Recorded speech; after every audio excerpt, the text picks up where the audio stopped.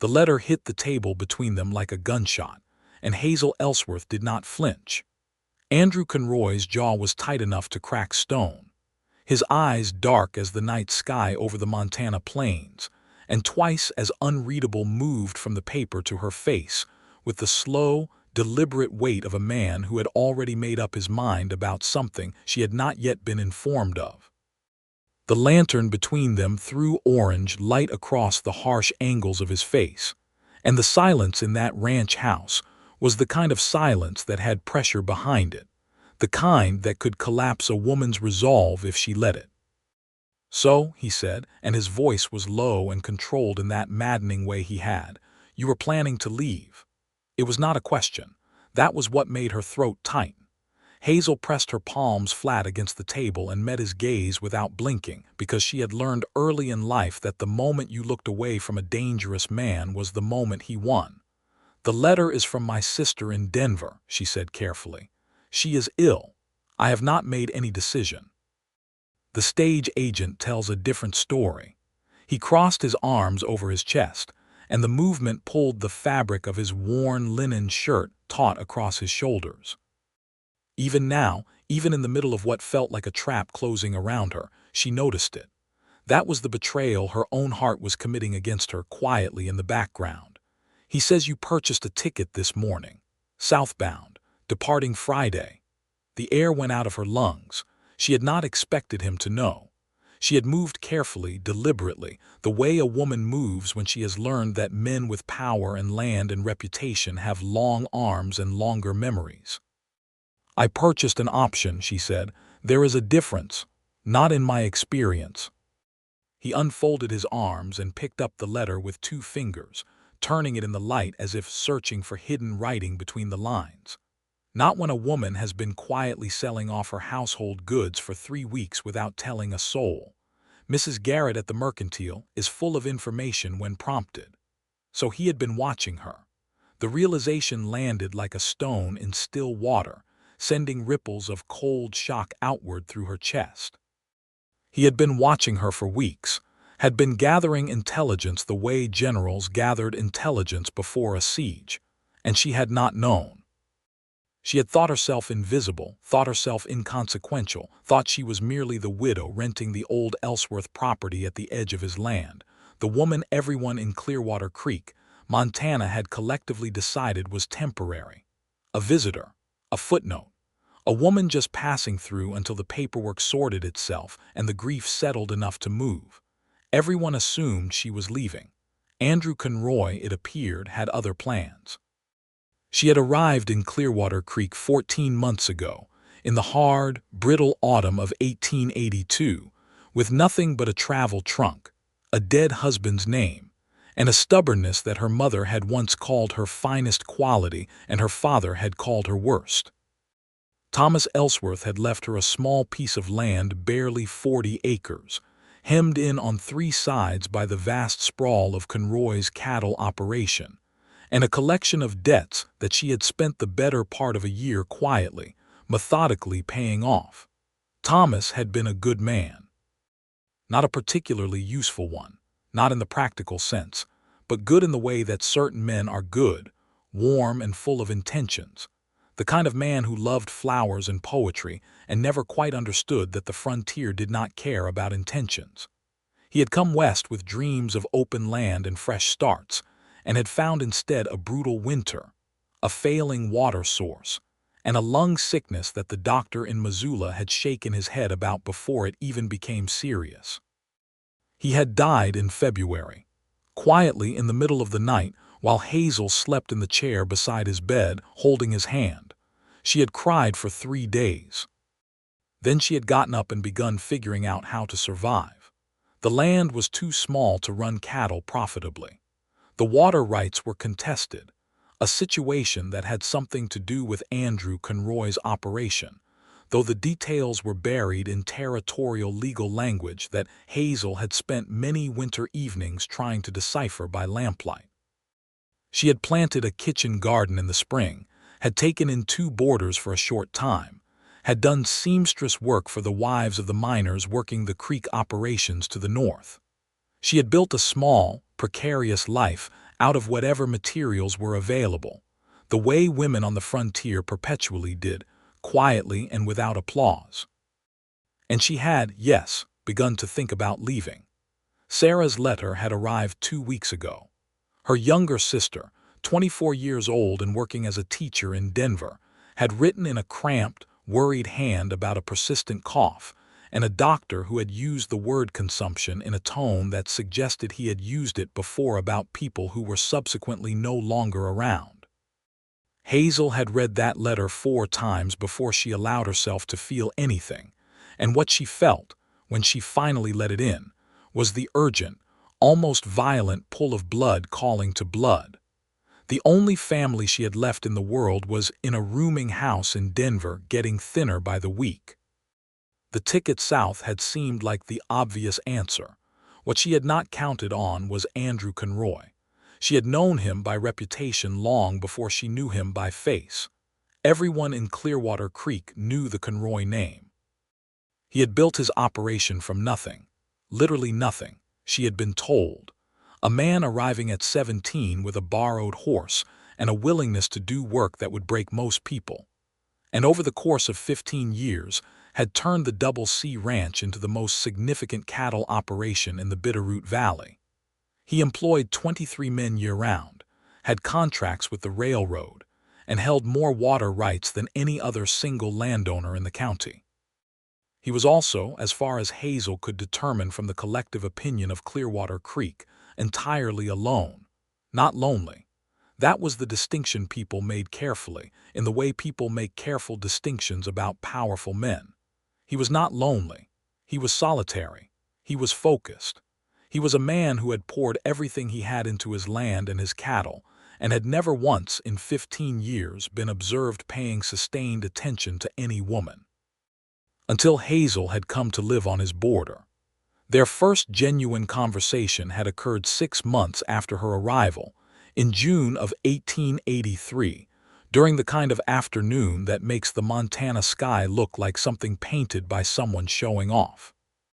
She had been attempting badly, but with conviction, to repair a section of fence along the property line when he had ridden up and stopped his horse at a distance respectful enough not to be threatening and close enough that she could see his face. "You're doing it wrong," he had said, which was not particularly romantic, but was accurate. She had lowered her fencing tool and looked at him with the full force of her irritation. He was, she noted despite herself, a remarkably well-constructed man, tall in the saddle with the kind of lean, weathered build that comes from years of genuine physical labor rather than any vanity about appearance. He had dark eyes and dark hair worn a little long under his hat, and a jaw that appeared to have been designed by someone who believed strongly in right angles. He was somewhere in his early 30s, she estimated, though the frontier had a habit of adding years to a face. "Thank you," she had said, in a tone that communicated precisely the opposite of gratitude, for that observation.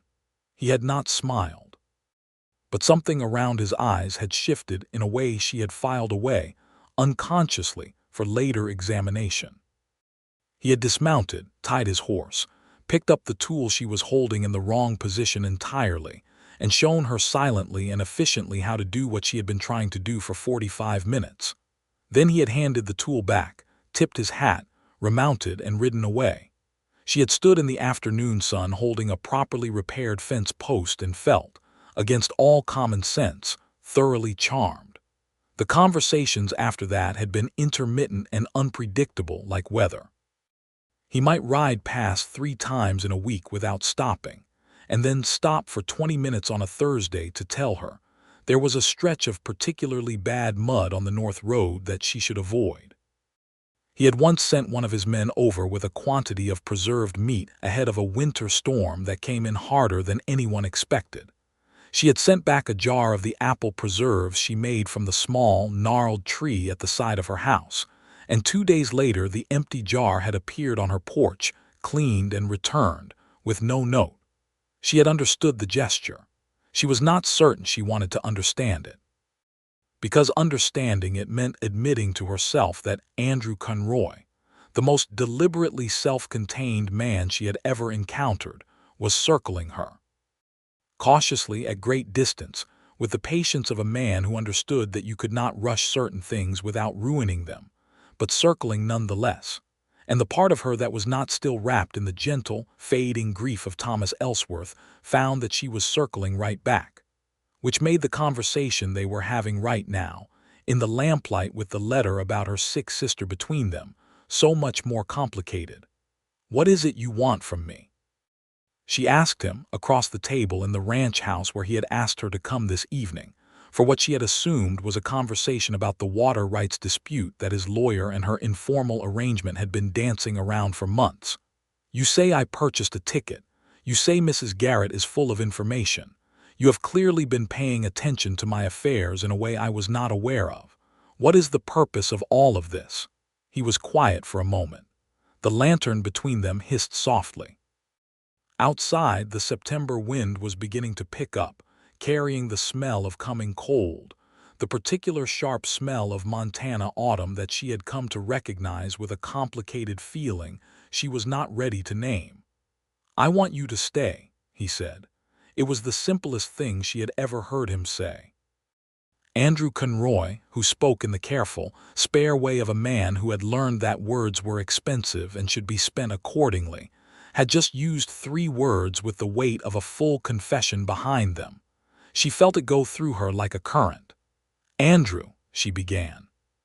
"Your sister is sick," he said before she could construct the careful refusal she had already begun building in her mind. "I know that. I'm not asking you to abandon her.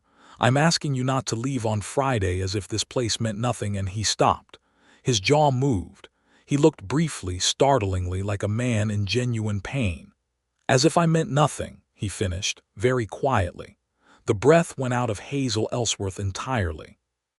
The silence stretched between them, and in that silence something irreversible happened.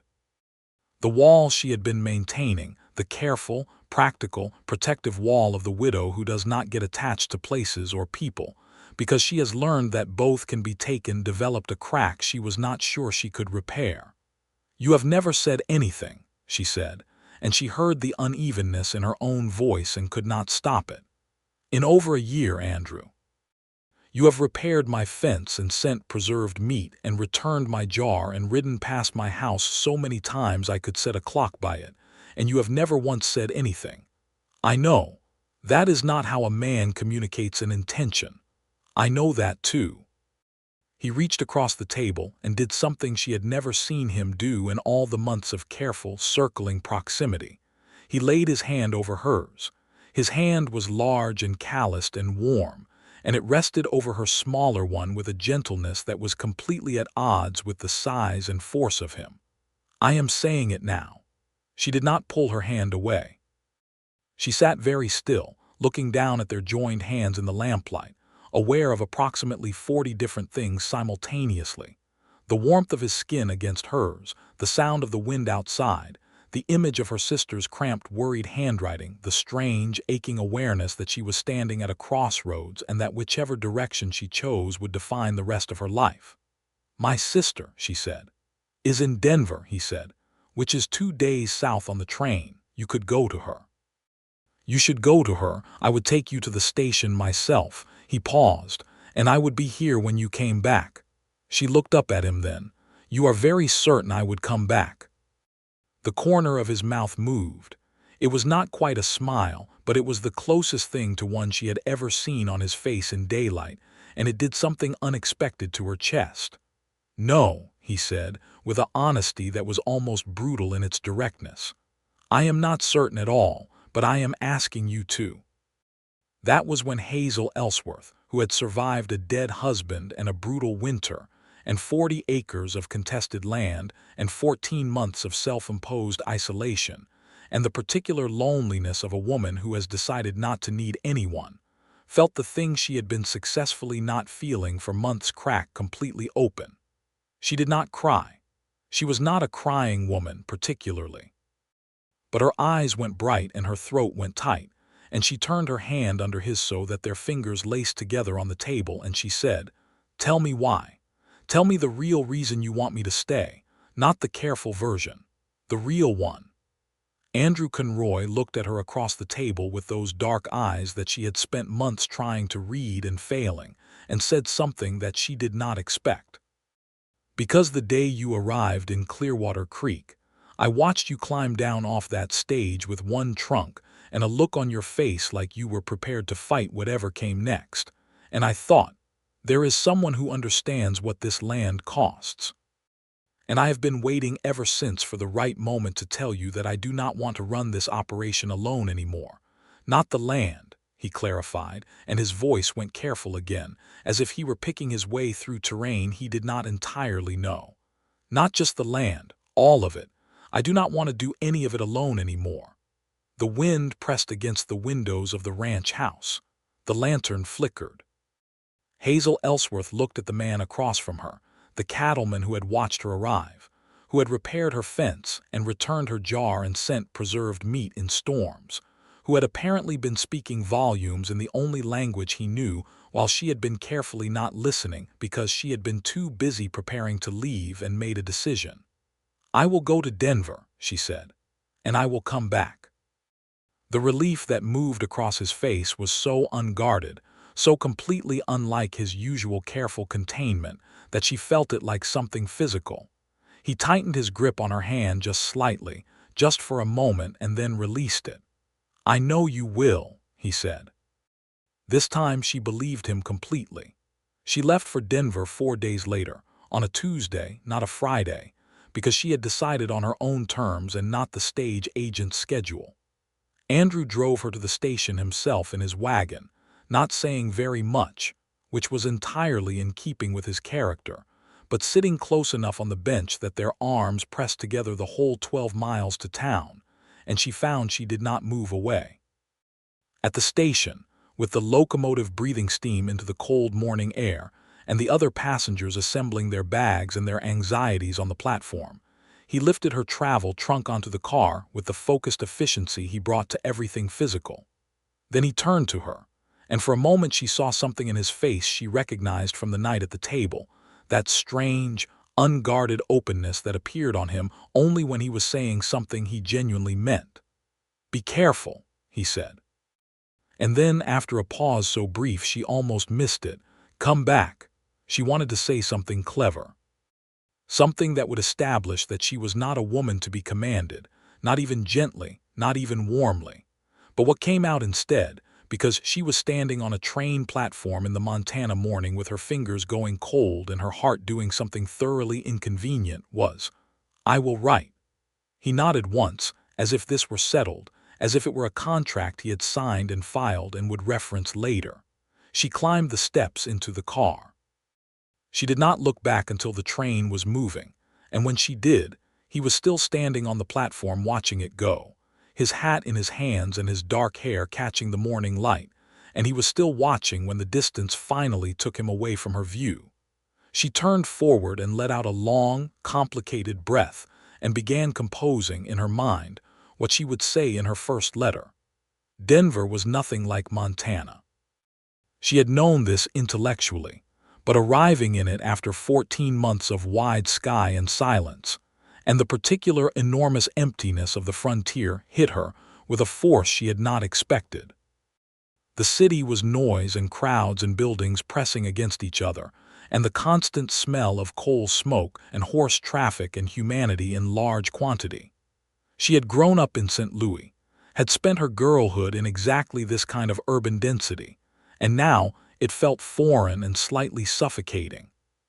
Sarah was thinner than her letters had suggested, and coughing more than Hazel had hoped, but she was still entirely herself in all the important ways, sharp-minded and funny and absurdly grateful in the way of someone who has been a little bit frightened for a while and is relieved to have company. She was 24 years old and teaching reading and arithmetic to the children of Denver's working families, and she had the particular exhausted brightness of someone who loves what they do and is killing themselves doing it. Hazel stayed for 3 weeks. She found a better doctor, a woman, which was unusual in 1883 but not unheard of, a Dr. Margaret Hale who had trained at the Women's Medical College of Pennsylvania, and had opinions about consumption that were considerably more nuanced and less immediately fatalistic than the man Sarah had seen previously. Dr. Hale prescribed rest, better food, specific breathing exercises, and a significant reduction in the 54-hour teaching weeks Sarah had apparently been maintaining. "You are not helping anyone if you are bedridden," Hazel told her sister, in the kitchen of the small rooming house on Larimer Street, where Sarah paid $6 a month for a clean room and breakfast. "That sounds like something someone's older sister would say," Sarah observed, eating the soup Hazel had made from ingredients she had spent an afternoon finding at the market. "It sounds like something someone with functional common sense would say." "You sound different," Sarah said then, studying her with the particular acuity of a younger sibling who has spent years paying attention. "Something has happened to you." Hazel concentrated on the soup. "I have had a difficult year." "That's not what I mean." Sarah cocked her head in a way that was so familiar it made Hazel's chest hurt, the gesture their mother had made when she was thinking. "You sound like someone who has somewhere to be." Hazel opened her mouth to deny it, closed it again. "I have 40 acres and a kitchen garden and a water rights dispute," she said carefully. Sarah's eyes narrowed. She was feverish and thinner than she should be and had the particular sharpness of someone whose body has been redirecting all available energy to the mind. "There is a person," she said, with the certainty of someone making a factual statement. "There is a man. Hazel, you are blushing. It is warm in here. It is 53 degrees in this kitchen. I can see my breath." Sarah set down her spoon and leaned forward. "Tell me." So Hazel told her. More than she had intended to, because she had been carrying it alone for months and Sarah was the one person in the world she had always been able to put things down in front of without worrying about where they landed. She told her about Andrew, the fence, the preserved meat, the return jar, the lamplit table, the hand over hers, the station platform in the cold morning. She told it factually, without embellishment, in the careful way of a woman who is being very precise because the subject matter does not need embellishment. By the time she finished, Sarah had a look on her face that was deeply aggravating because it was so thoroughly warm and pleased. "A cattleman," she said. "He runs the largest operation in the Bitterroot Valley, and he drove you to the train himself. He was being practical. I don't have a horse." "Hazel," she pressed her lips together. "It is very new," she said. "It is very unformed. He has not made any specific declaration, and I have not made any specific agreement, and I do not want to." She stopped. "I do not want to need something that might not be there when I arrive back." Sarah reached across the table and took her hand in the same way Andrew had, though smaller and cooler and with a different kind of weight behind it. "Go back," she said simply. "I have Dr. Hale. I have Mrs. Pedersen downstairs who brings me broth every other day without being asked. And I have 15 very determined 7-year-olds who need someone to teach them long division. Go back to your cattleman, Hazel." "He is not my cattleman." "I think," Sarah said, with the slightly smug certainty of someone who is about to be right, "he very much is." Hazel wrote 3 letters from Denver as she had promised. The first was practical, arriving safely, Sarah's condition, the doctor's assessment, what she anticipated the timeline to look like. She wrote it at Sarah's small desk by the window and was very careful not to let it become anything other than informational, which required more effort than she anticipated. The second letter arrived back at her before she even sent her first one.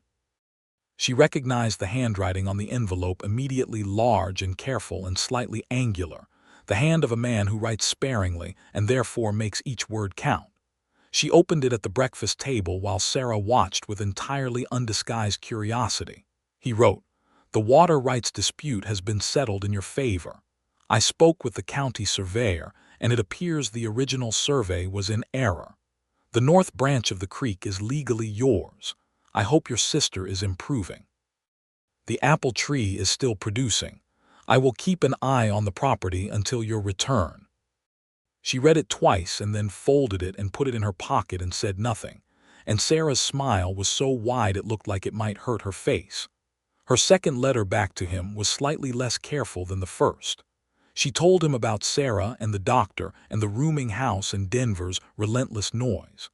She mentioned that she had found a bookshop near the market and spent an hour in it that she did not entirely regret. She ended it by thanking him for the water rights news in the kind of formal, precise language that she hoped communicated something warmer underneath it. His second letter said, "I am glad the bookshop was there.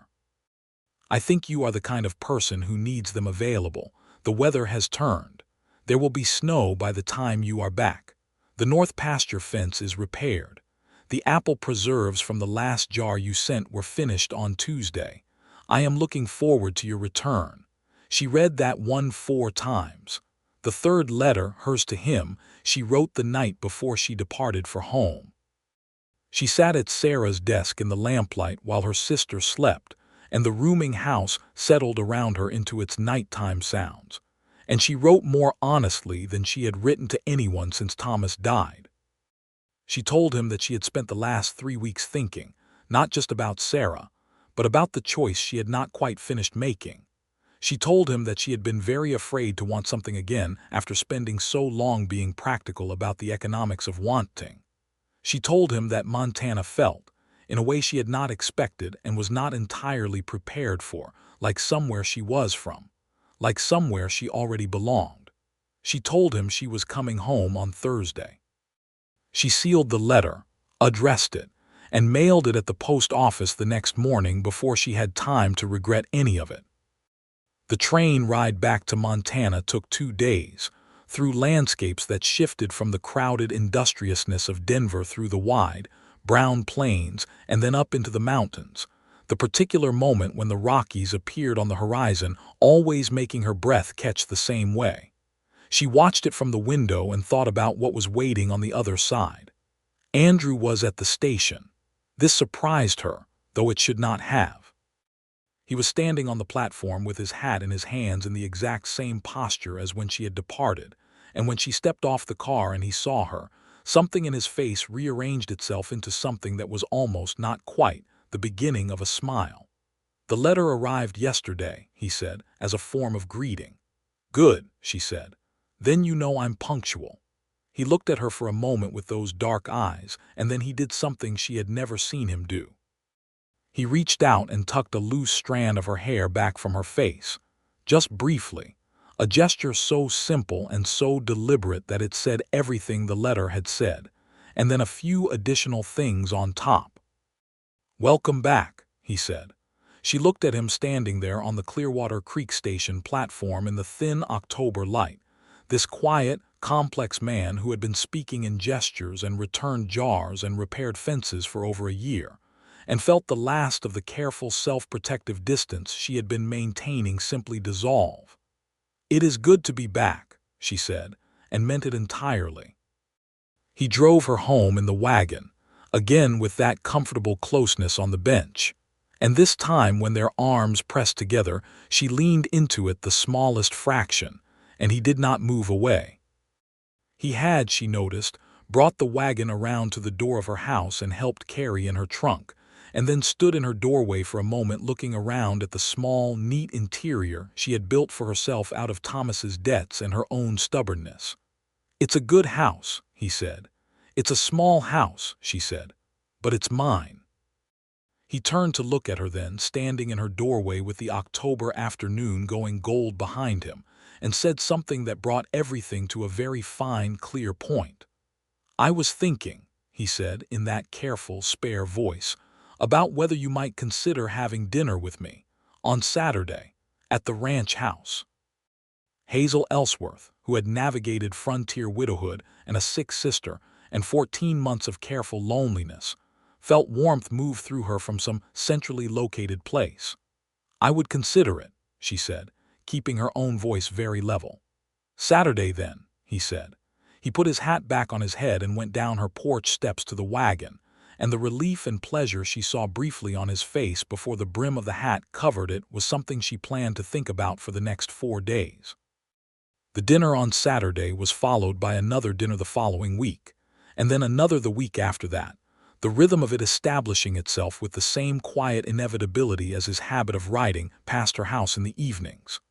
They ate at the long table in his ranch house while the November wind pressed against the windows. And he cooked, adequately, though she noticed he was trying harder than adequately. And she brought things from her kitchen because it felt wrong to arrive at a man's table empty-handed. They talked. This was the part that surprised her most, not the quality of the food but the quality of the conversation.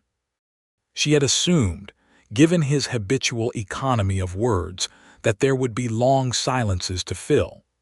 There were silences, but they were comfortable ones, the kind of silence that settles between people who are not uncomfortable with each other. When he talked about things she found genuinely interesting. The mechanics of running a cattle operation, the politics of water rights in the territory, the particular challenges of the stretch of winter they were heading into, but also books, which she had not expected. He read voraciously and unsystematically, whatever he could get through the Clearwater Creek general store or borrow from the circuit preacher, who passed through twice a year with a saddlebag full of lending books. He had read Darwin. He had very strong opinions about the Missouri Compromise. He had read The Adventures of Tom Sawyer 3 times, and each time had emerged feeling that Huck was the more interesting character. "You have depths," she told him one evening about 6 weeks into the dinners, and was pleased when he looked briefly caught off guard. "I have winters," he said. "Long ones. You read what you can get." "What do you want that you cannot get here?" she asked. He looked at her across the table with a directness that made her breath go short. "I have a list," he said. "It's getting shorter." The courtship, and that was what it was. She accepted that by December without needing to name it out loud was unlike anything she had experienced. Thomas had been enthusiastic and open, and had declared his feelings in the 3rd week of their acquaintance with a directness that was part of his charm. Andrew Conroy moved like a man on difficult terrain, each step placed with care, but the direction never wavered. He was always moving toward her, carefully, deliberately, without hesitation. He helped her winterize her house in November, arriving on a Saturday morning with lumber and supplies, and 2 of his ranch hands who worked without asking questions and disappeared after lunch. He fixed the window on the north side that had been losing heat in a way she had been compensating for with extra quilts. He brought her a second lantern for the writing desk, having somehow noticed that the one she had was insufficient for the evening work she described doing. He sent a turkey over for Thanksgiving with one of the hands and a brief note, "For the holiday. Come for dinner if you like." She had come for dinner. They had eaten at the long table with a fire going in the great stone fireplace that dominated the main room of his ranch house, and she had looked at the fireplace, and the fire and the man across from her, and thought with sudden, startling clarity, "I could be very happy here." The thought had frightened her. Happiness has a dark past in the life of a woman who has already lost one future. It requires a specific kind of courage to want it again. She gathered that courage slowly, through December, as the snow came down over the Bitterroot Valley, and the world simplified itself to the things that mattered. She wrote to Sarah twice a week, and Sarah's letters back were improving in both spirit and health. Dr. Hale's regimen was working. The cough was lessening, and a particularly warm detail in Sarah's December letter mentioned a young school board member named Peter Calloway, who apparently came by the schoolhouse on Friday afternoons to discuss curriculum with a remarkable amount of frequency. Hazel read that detail twice and smiled to herself, and then wrote back with warm encouragement and absolutely no suggestion that she had noticed anything, because she was a good sister, and some things deserved space to develop naturally. Andrew asked her to walk with him on Christmas afternoon, which in Montana in December is an act of real commitment to a purpose, since the temperature had settled at just above the point where your breath becomes immediately visible, and the ground is iron-hard beneath the snow. He wore a heavy coat and handed her his extra scarf without comment when she appeared at his door in what she had considered adequate winter clothing, and she wrapped it around herself and found it smelled like him, and decided not to think about that. They walked along the creek, which was frozen, the ice opaque and gray-white under the thin winter light. The ranch was quiet and enormous around them, the cattle in the winter pastures visible as dark shapes against the white distance, the outbuildings locked against the cold. He walked beside her with his hands in his pockets, and they talked about Christmas and family, and she told him about her parents, who had died within 6 months of each other when she was 26, her mother from a fever and her father from the particular grief of a man who has lost the person who organized his understanding of the world. He listened carefully, the way he listened to everything, and then said, "I lost my father when I was 12. My mother remarried and moved east, and I stayed." "You stayed at 12.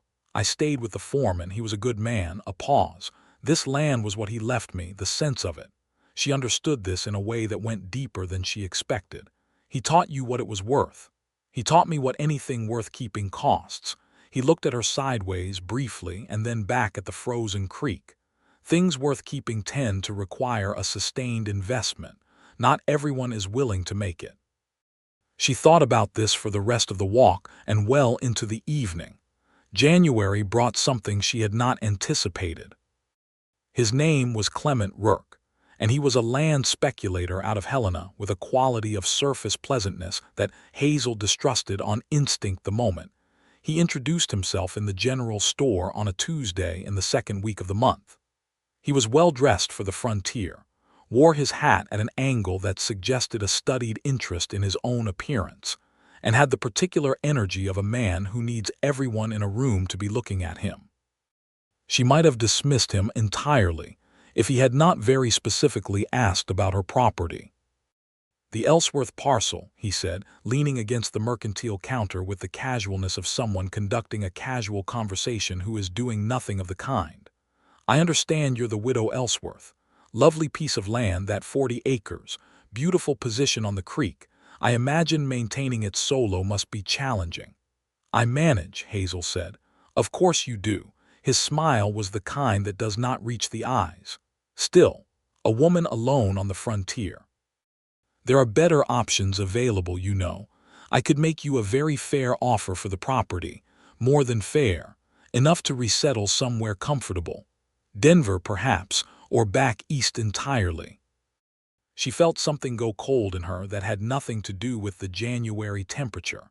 "I am not interested in selling. You might want to think it over before you're too certain." His smile maintained itself with a persistence that was professionally admirable and personally revolting.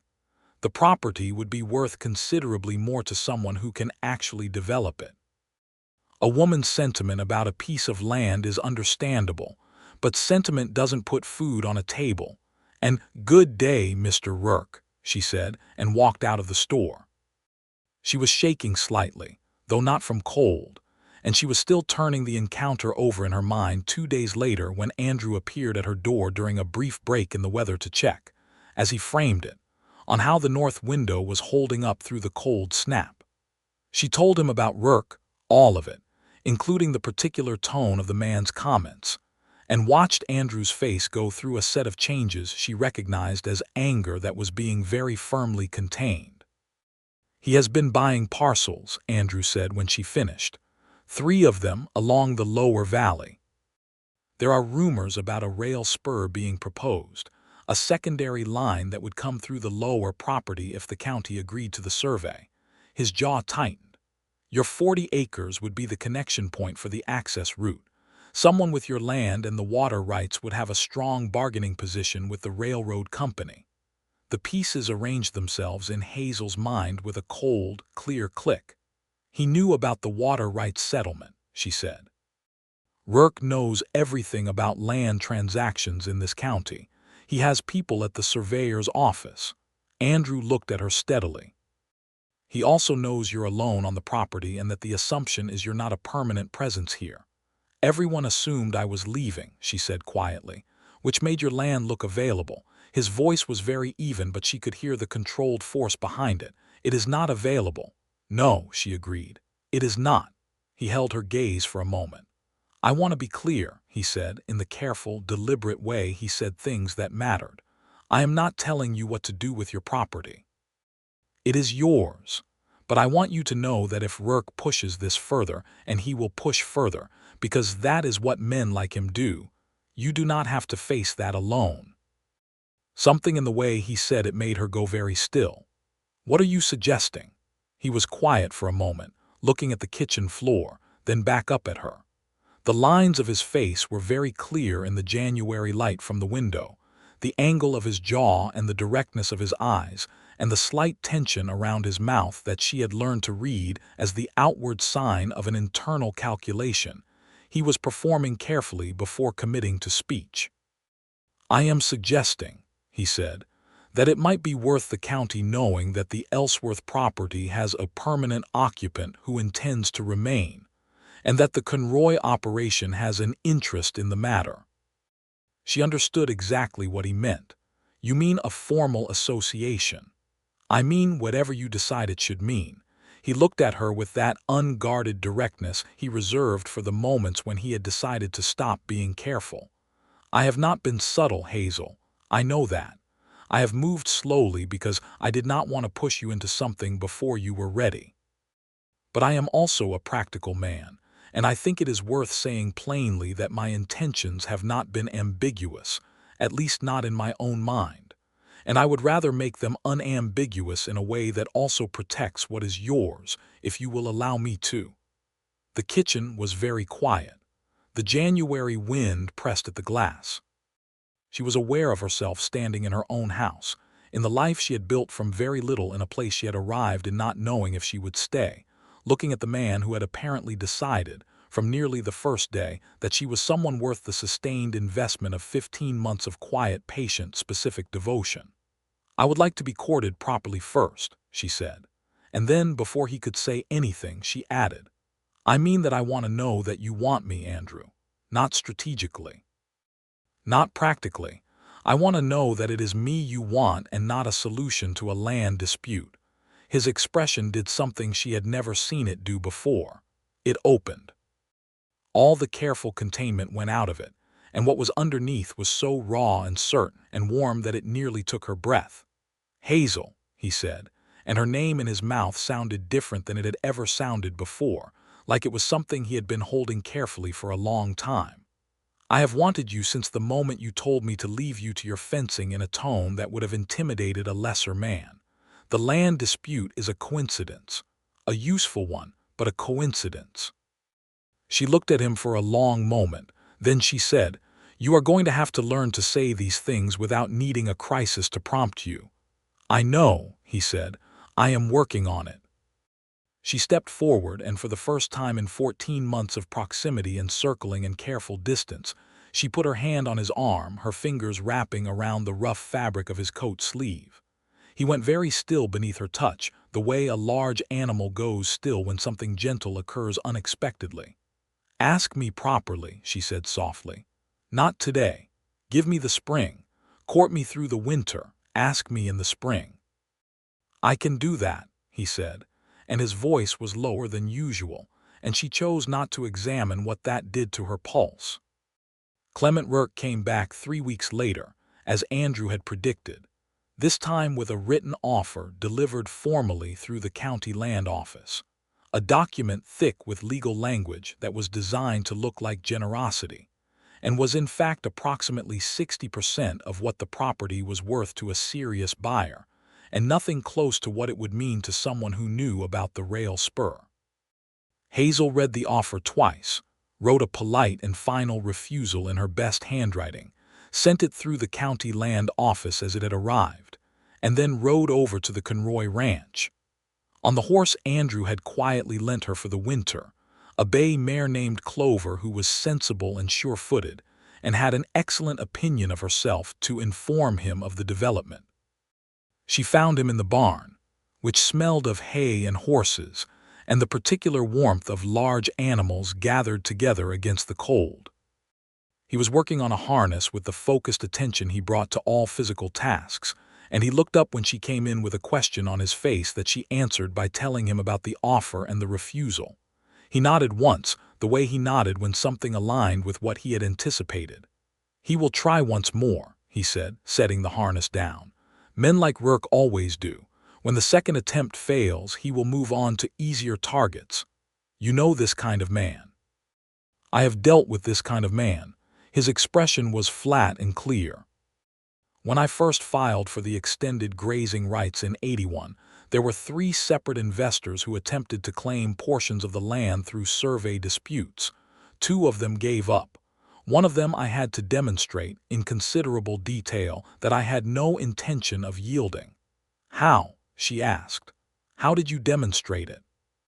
By filing every piece of paper correctly and completely, and with more legal thoroughness than any of them expected from a rancher who had come from nothing, he said, and there was something in his voice she recognized as quiet, deeply held pride. The assumption is always that a man without education or connections will not understand the legal mechanisms.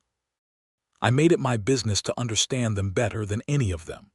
She looked at him in the warm barn light, this man who had taught himself law from borrowed books and won on paper what others tried to take by pressure, and felt the admiration she had been quietly accumulating for months settle into something that was heavier and more permanent than admiration. Rourke underestimates you, she said. Rourke underestimates everyone he considers beneath his class, Andrew said. It is his most consistent failing. He also underestimates me. Andrew smiled at that, a full smile, one she had never seen before, and it was something. It transformed his face completely, pushed away all the careful guardedness, and left something undefended and warm underneath. No, he said. He doesn't underestimate you. He simply cannot conceive of a woman who cannot be purchased out of her own position. That's a different kind of blindness. She crossed the barn to where he was standing, this woman who had been so careful for so long, and when she reached him, she tilted her face up to his with the deliberate honesty of someone who has decided to stop being careful about one specific thing. He looked at her for a moment, reading her face with the same attention he gave everything. Then he bent his head and kissed her very gently, very briefly, with the same specific quality of care he brought to all things he considered worth keeping. She had been kissed before. She was a widow of 29 and had been married for 3 years and kissed many more times than that.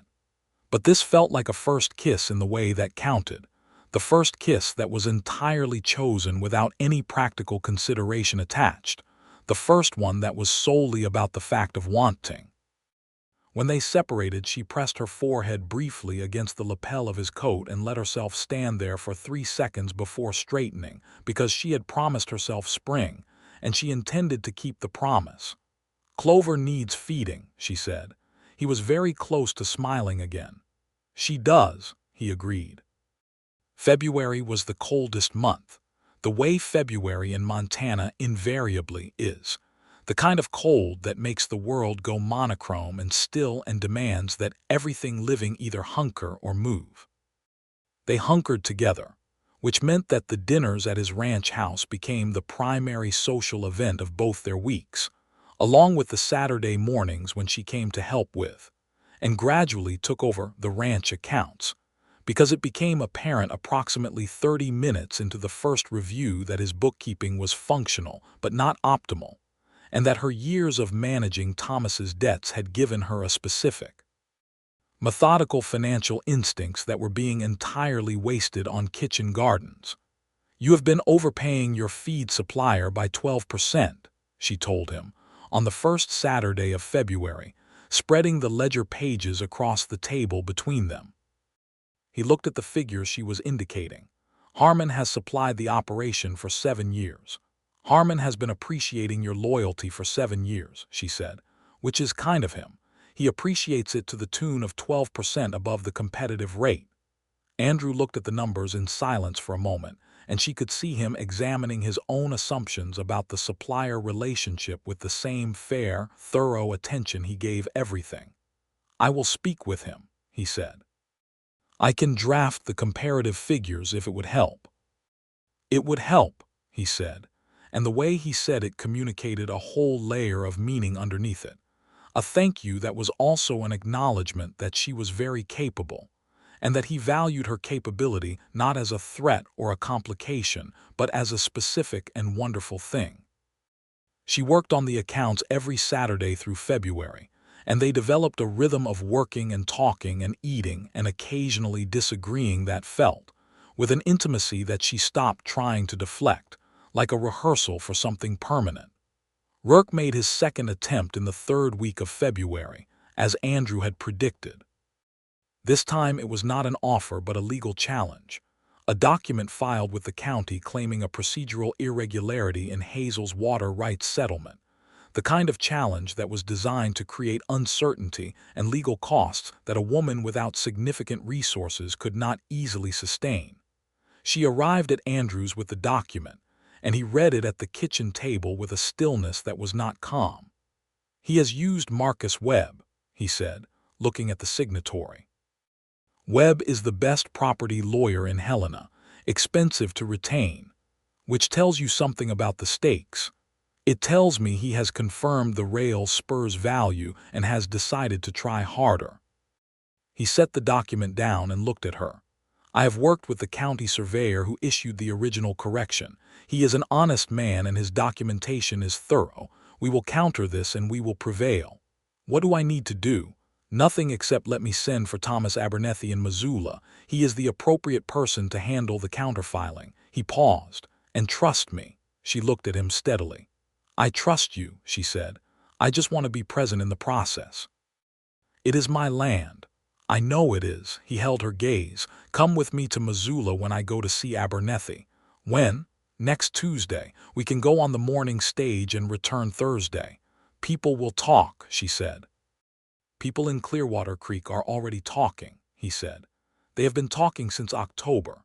Mrs. Garrett has almost certainly composed an entire story about us that is substantially more dramatic than the reality." She laughed.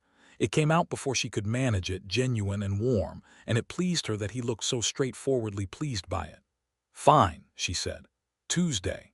The trip to Missoula was, unexpectedly, one of the best 3 days she could remember since arriving in Montana. Thomas Abernethy turned out to be a small, precise man who received them in his office with the particular kind of professional warmth that is indistinguishable from genuine warmth, listened to the facts of the water rights dispute with focused attention, and pronounced within 45 minutes that the Rourke challenge was legally weak and easily countered. "The original correction was properly made and properly filed," he said, spreading documents across his desk. "Webb is fishing with a bent hook. He knows it and Rourke knows it. This is a pressure tactic, not a serious legal action." He looked at Hazel over his spectacles. "I would suggest that you respond firmly and thoroughly, Mrs. Ellsworth, and that your response make perfectly clear that you have both the resources and the intention to defend your position indefinitely. Men of Rourke's sort prefer targets who exhaust themselves. If you demonstrate exhaustion is not forthcoming, he will redirect to easier game." "We will draft the response this afternoon if that suits," Andrew said. "It suits admirably." The afternoon in Abernethy's office left Hazel feeling something she had not felt in connection with the land dispute since Rourke had first appeared: clean, uncomplicated certainty. The legal tools existed and were on her side. The facts were on her side. And sitting across from Thomas Abernethy, while Andrew laid out the case with the methodical clarity of someone who had once taught himself territorial property law from borrowed books, she felt on her side too. They stayed at separate boarding houses in Missoula, because this was 1883, and she had no interest in providing Mrs. Garrett with additional material. But Andrew walked her to her boarding house in the evening, and they stood on the porch in the Missoula cold for longer than was strictly necessary to say good night. And before he went he kissed her again, slightly less brief this time, slightly less restrained, with the quality of a man who has been patient for a long time and is aware that patience has a limit. She went inside with warm cheeks and a thoroughly disrupted equilibrium, and sat down at the small desk in her room and wrote a very long letter to Sarah. March in the Bitterroot Valley comes the way grace sometimes comes, unexpectedly, partially, then all at once. The snow that had seemed permanent began to pull back from the south-facing slopes, and the creek loosened its ice, and the enormous sky over the valley turned from winter's flat gray-white to something broader and bluer and full of suggestion. Rourke's legal challenge failed on the 21st of March, exactly as Abernethy had predicted. The county rejected the challenge on procedural grounds, and the formal documentation of the rejection arrived at Hazel's house with a thoroughness that was, Andrew told her, the legal equivalent of a firmly closed door. 2 weeks later, she heard through Mrs. Garrett, who remained, in all weather and all seasons, the most reliable information source in Clearwater Creek, that Rourke had purchased a parcel in the next county over and departed. The rail spur, if it happened, would route differently without the Ellsworth land as a connection point. The threat was over. She received this news on a Wednesday in early April, while standing in her kitchen garden, which had just begun to show the very first green suggestions of the season. The creek was running clear and strong with the snowmelt. The apple tree was budding. The air smelled of mud and beginning things.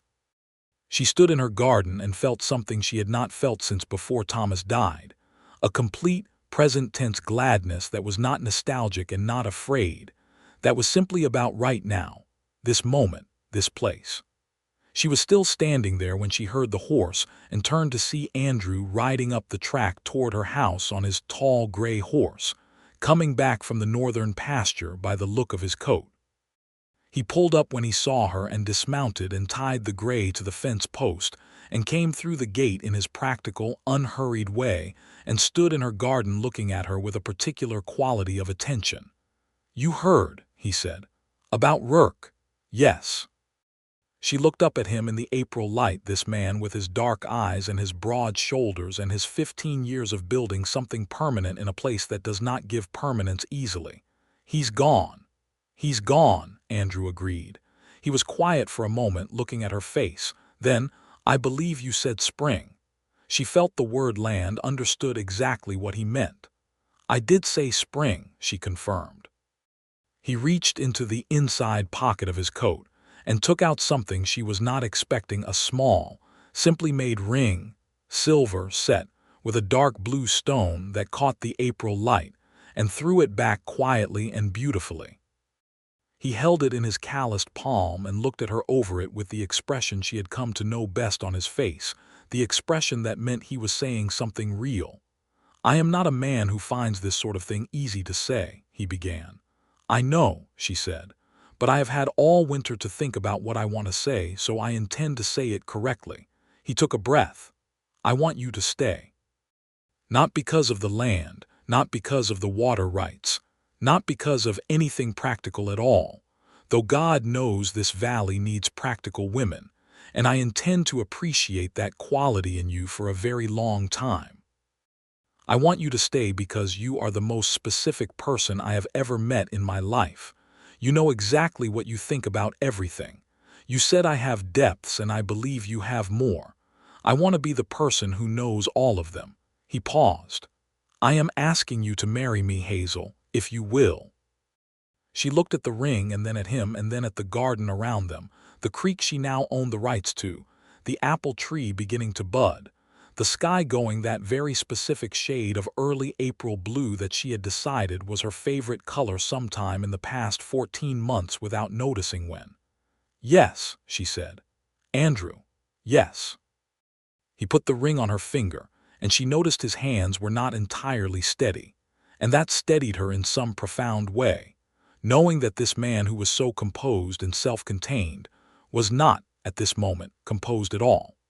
She took his face in both her hands and kissed him in her April garden with the creek running behind them and the apple tree budding and the whole enormous Montana sky above them. And he held her with the kind of steadiness she had come to rely on, present and real in hers. They were married in June, on a Saturday, because the first Saturday in June turned out to be the most beautiful day the Bitterroot Valley had produced in recent memory. A wide-open, high blue-sky day with a warm breeze and the grass in the pastures as green as anything Hazel had seen since Ireland in a book. The ceremony was performed by the circuit preacher, whose saddlebag still had Andrew's latest borrowed books in it, in front of most of Clearwater Creek, because it turned out that when Andrew Conroy married, the entire community felt it necessary to attend, both from genuine affection and from a certain satisfaction at the resolution of a situation everyone had been watching for months. Sarah came from Denver, looking considerably better than she had in November, with color in her cheeks and a brightness in her eyes that had nothing to do with fever and a great deal to do, Hazel suspected, with the school board member named Peter Calloway who had accompanied her north on the train and was now standing near the refreshment table with the expression of a man trying very hard to look like he simply happened to be there. "Peter Calloway is very attentive," Hazel said to her sister, approximately 10 minutes before the ceremony began. "He is," Sarah agreed, smoothing her dress and looking precisely nowhere near Peter Calloway. "He is a very attentive person generally. Has been standing 6 feet from you since he arrived and has not spoken to anyone else for 20 minutes. Hazel." Sarah.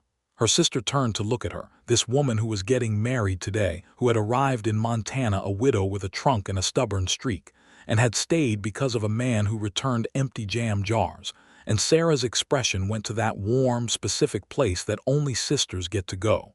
"You look happy," she said simply. "You look like yourself but better." Hazel thought about that. "I feel like myself but more so," she said, which was the most accurate thing she could think to say. The ceremony was brief and warm and perfectly itself.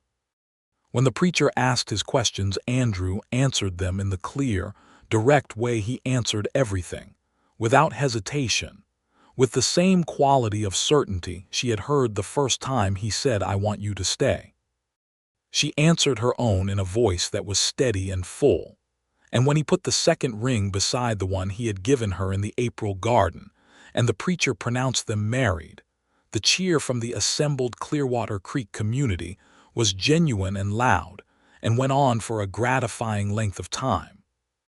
Andrew kissed her in front of everyone with a reticence that was actually quite dignified for a wedding, and then very quietly against her ear said something that was private and only for her, and what he said made her laugh against his shoulder, which was the perfect way to begin.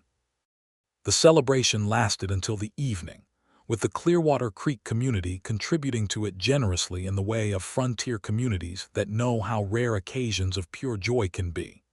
And at some point, Hazel looked across the yard and saw Peter Calloway and Sarah standing apart from the crowd under the apple tree having a very serious conversation that from the look of it was not actually about curriculum, and filed the observation away with great satisfaction. They rode home in the late evening light, her and Andrew, to the ranch house that was now her home, across the land that was both of theirs, and the great Montana sky did what it always does in June evenings, which is turn every possible shade of gold and rose and violet in a sequence that seems deliberately excessive. "Is this what you planned?" she asked him as they rode.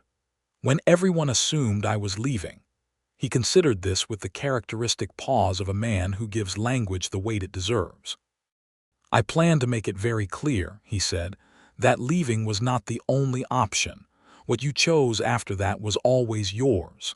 You were very confident I would choose this. I was very confident it was worth doing everything I could to make it possible for you to choose it," he said. "There's a distinction." She looked at him on his gray horse in the evening light, this man who had taught himself law from borrowed books and patient cattle operations from a borrowed foreman, and the language of love from 15 months of fence mending and jarra turning and preserving meat against storms, and felt the particular, permanent warmth of a choice that has been made freely and completely and cannot be unmade. "There is a distinction," she agreed. They built the first year of their marriage with the same methodical care that Andrew brought to everything he valued. Hazel moved her household into the ranch house, which was larger than her 40 acres would ever have been and required, she decided immediately, considerably more in the way of curtains and books.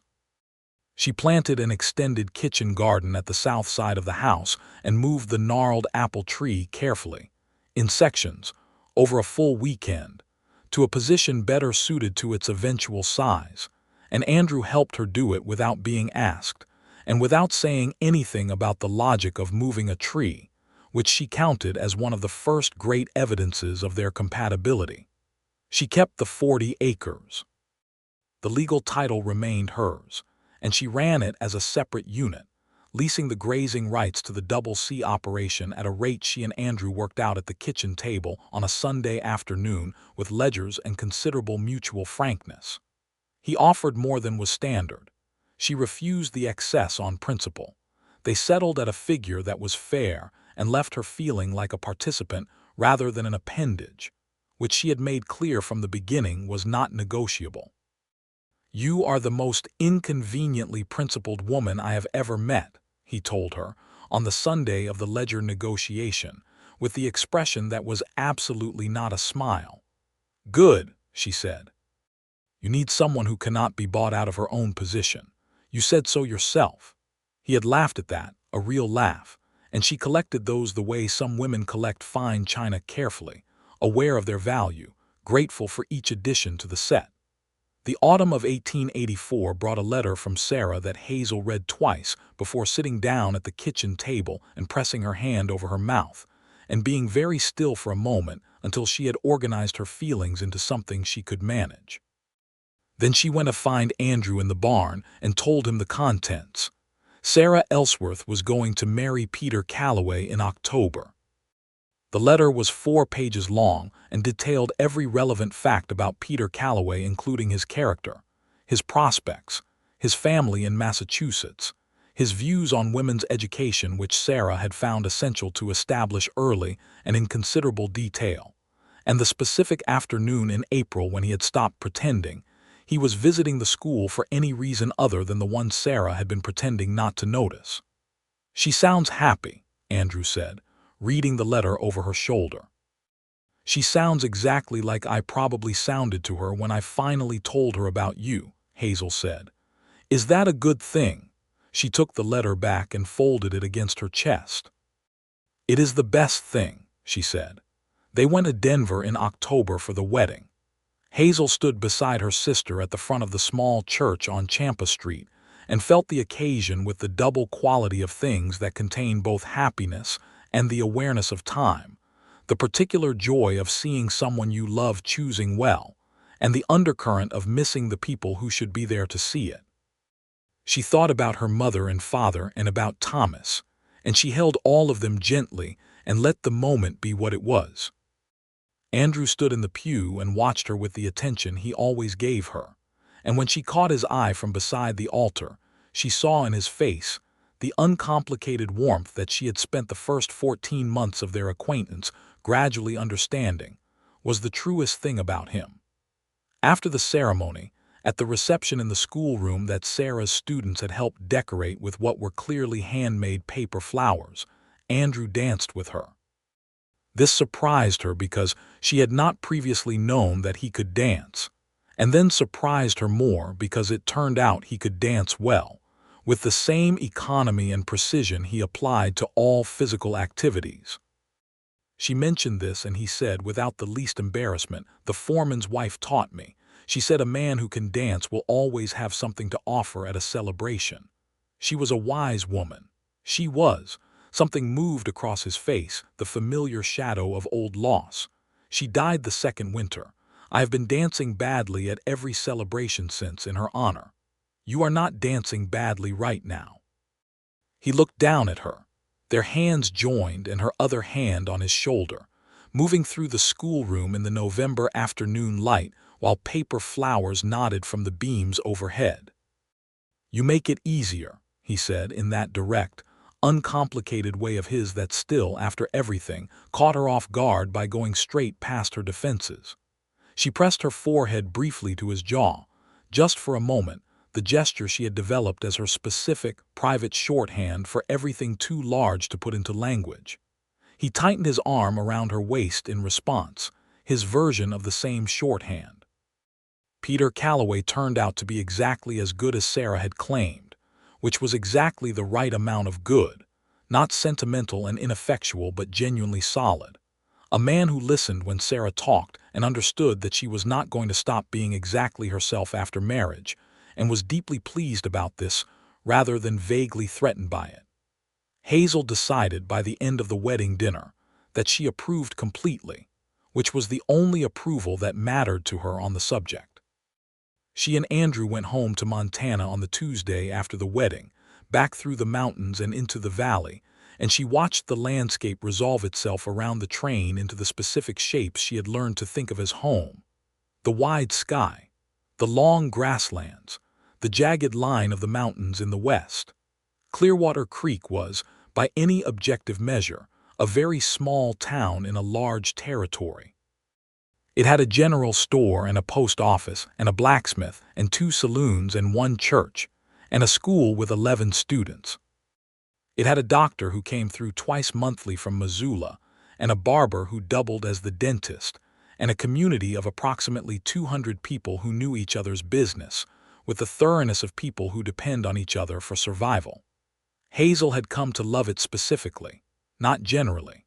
She loved the particular creak of the general store's floorboards and the sound of the creek in spring, and the way the whole valley smelled in June when the grass was tall.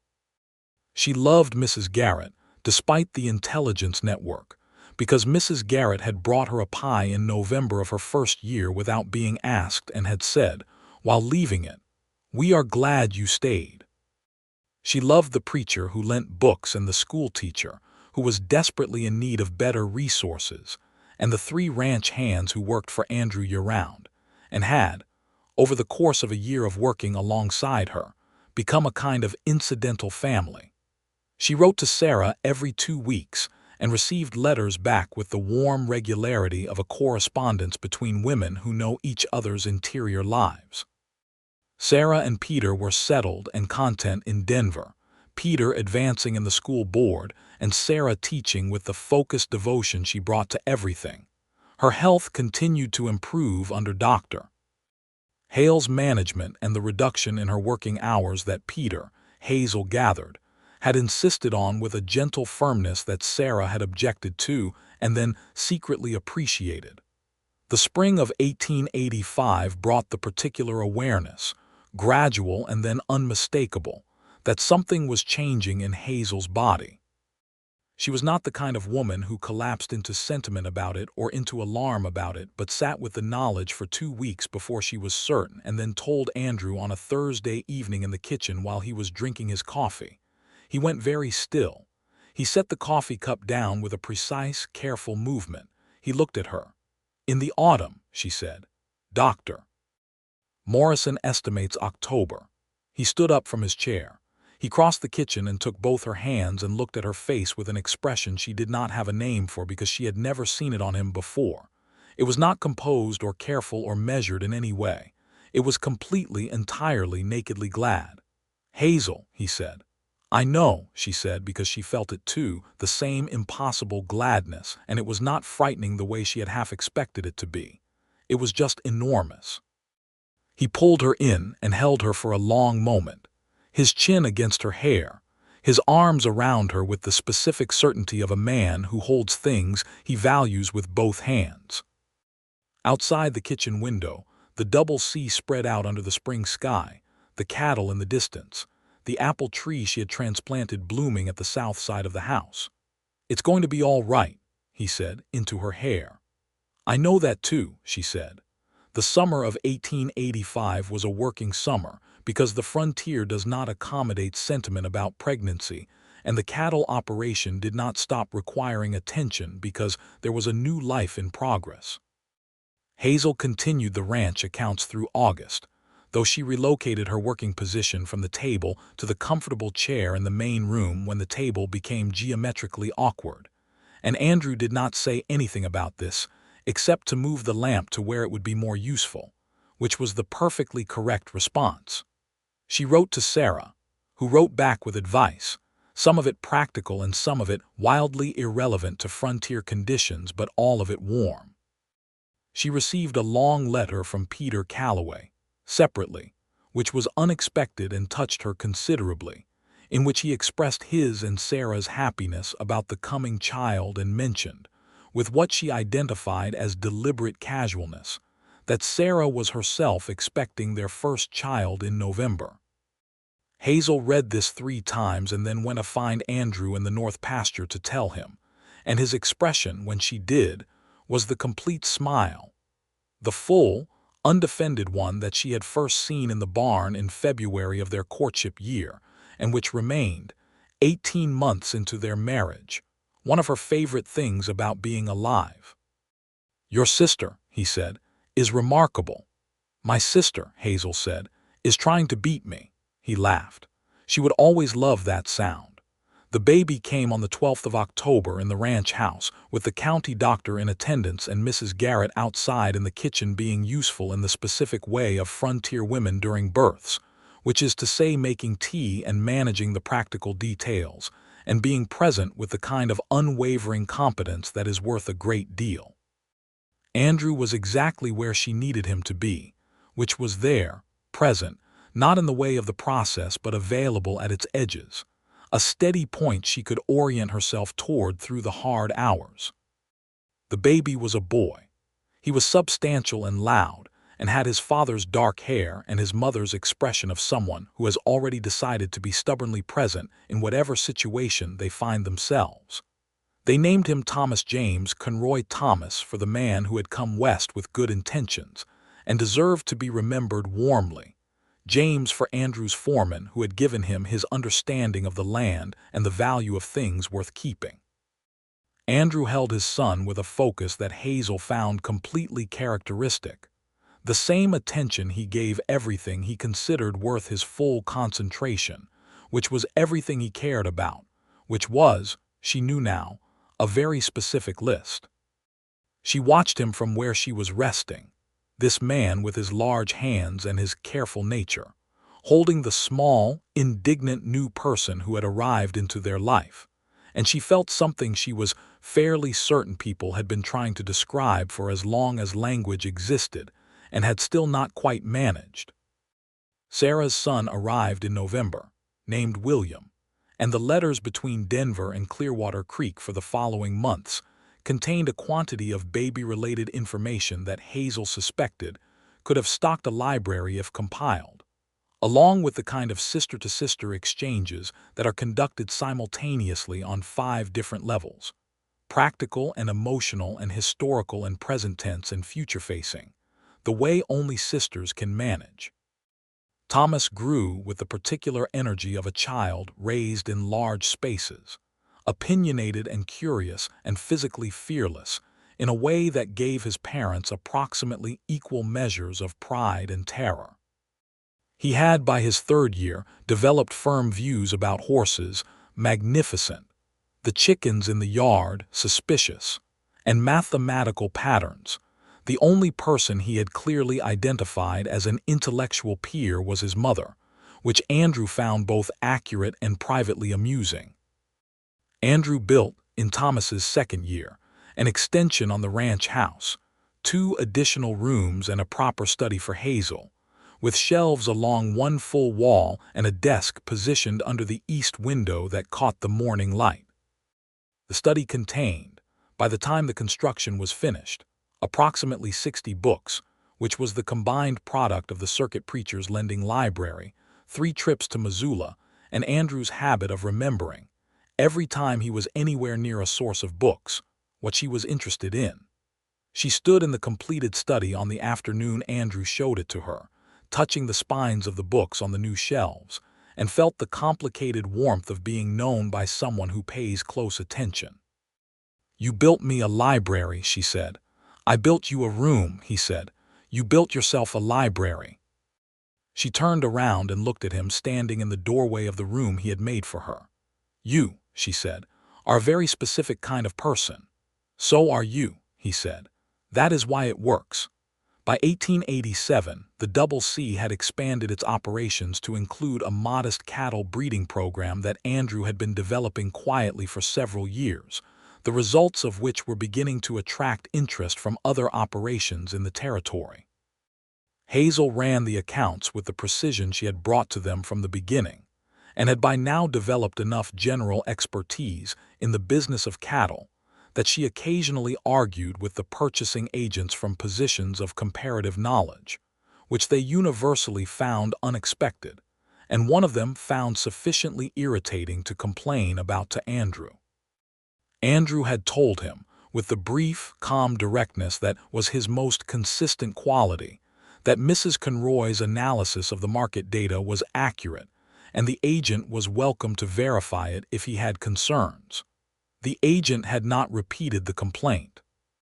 In the spring of 1888, with Thomas at 3.5 becoming increasingly certain that he ran the ranch, Hazel became aware of the familiar awareness again. She told Andrew on a Monday morning, and this time his expression was the same as the first time, that complete, unguarded gladness with the addition of something warmer underneath it, the gladness of a man who is happy in his life and is watching it expand in the best possible way.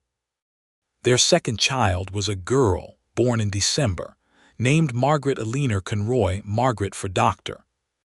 Margaret Hale in Denver, who had kept Sarah well enough to be standing at that Clearwater Creek station in September of 1885, holding Thomas and smiling so widely it looked like it might hurt, and Eleanor for Andrew's grandmother, a woman he spoke of rarely, but with the particular reverence reserved for people who formed you before you could understand what formation meant. Margaret was everything Thomas was not and everything Thomas was, simultaneously, in the way of siblings who share a gene pool, and then develop in completely unpredictable directions from it.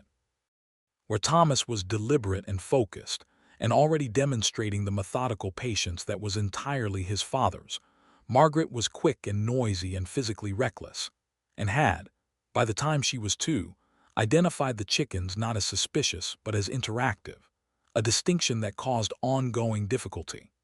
Life in the ranch house was full in all the ways that word can mean, full of people and noise, and the rhythms of a working operation, and the particular texture of days that matter. Andrew had not changed in the ways that mattered, had remained the man who repaired what needed repairing and returned what needed returning and brought specific things for specific people because he paid attention, had simply expanded that quality from caution into warmth, from potential into practice. He had a habit, in the evenings when the ranch was settled and the children were asleep and the accounts were done, of sitting with her in the main room with a book and the fire going, in the specific kind of quiet that is the best quiet, the kind that 2 people make between them when they are genuinely content. She would read and he would read, and occasionally one of them would say something about what they were reading and the other would respond, and sometimes this turned into a long conversation, and sometimes it stayed at the single exchange, and both versions were equally good. Mrs.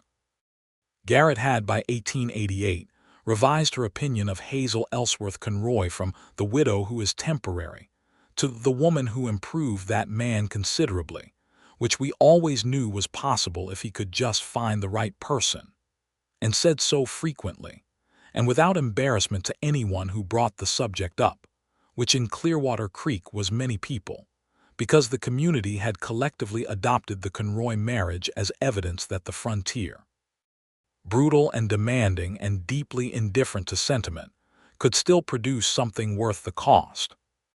Sarah and Peter came north for Christmas in 1888 with William, who was 3, and had his father's even temperament and his mother's sharp eyes, and immediately formed an alliance with Thomas Conroy that their respective mothers found simultaneously adorable and moderately alarming, given the combinatorial potential. The house was full to its edges. Andrew had built it larger than one man's practical needs would dictate, as if he had always known it would eventually need to hold more, and the noise and life and warmth of those December days was something Hazel would fold away in her memory and carry forward through all subsequent winters. On Christmas evening, with the children in bed and the fire going and the snow falling outside in the quiet way of deep winter snowfall, she and Andrew sat in the main room while Sarah and Peter talked in low voices on the other side of the fire, and she looked at her husband in the firelight, at the familiar lines of his face, at the hands that had repaired her fence, and returned her jar and built her a library, and held 2 new people with the full weight of his attention, and felt what had been building for 6 years settle into something she thought might be permanent in the deepest sense. "You had other plans," she said quietly, so that only he heard it. He looked up from his book. His eyes held the specific, warm attention she had come to depend on. "I always had other plans," he said. Outside, the snow came down on the double C, on the 40 acres beside it, on the creek that was legally hers and practically theirs, on the apple tree she had transplanted in the spring of her first real year, on the enormous Montana sky that went on in all directions past seeing. Inside, the fire burned and the children slept, and her sister laughed at something her husband said, and Andrew Conroy looked at his wife across the room they had built together out of patience and principle, and the particular courage required to choose happiness a second time. Everyone had assumed she was leaving. He had known better.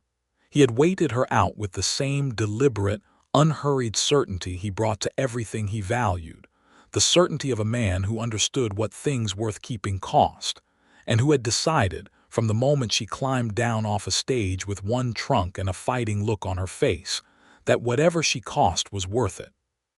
And Hazel Ellsworth Conroy, who had come to Montana a widow, and stayed to become something she had not expected, and did not regret, a woman with a home she had chosen, a library she had filled, children who were loud and alive and entirely themselves, a sister in Denver who was healthy and loved, and a husband who paid attention to everything about her with the fierce, quiet permanence of someone who intends to keep what he has found for as long as there is keeping to be done, put her book down, and looked back at him across the fire-lit room and knew, with the same clean certainty she had felt in the April garden with the apple tree budding, that she was exactly where she had decided to be.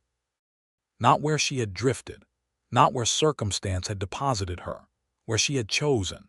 That distinction, she had learned, was the difference between a life that happened to you and a life that was genuinely yours.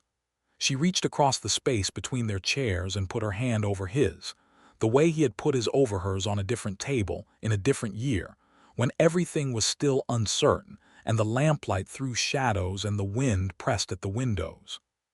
He turned his hand over and laced their fingers together, and outside the snow fell on the Bitterroot Valley, and inside the fire went on burning, warm and steady and sufficient against whatever the winter brought.